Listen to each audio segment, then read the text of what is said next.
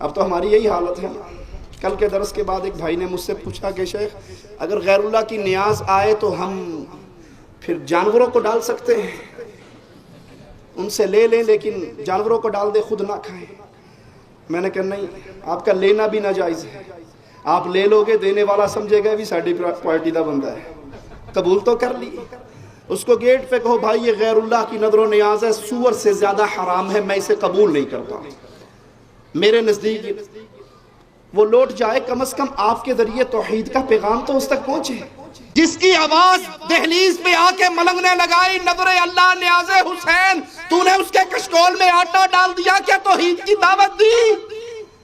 محرم کے نام پہ حلوے قبول کرنے والے، 11ویں کی کھیر قبول کرنے والے، اہل شرک کی مجلسوں کے کھانے اپنے گھر میں رکھ لینے والے، بعد میں جانوروں کو پھینک دینے والے، یہ مجرم، یہ مشرک قیامت کے دن کیا تیرا گریبان نہیں پکڑے گا؟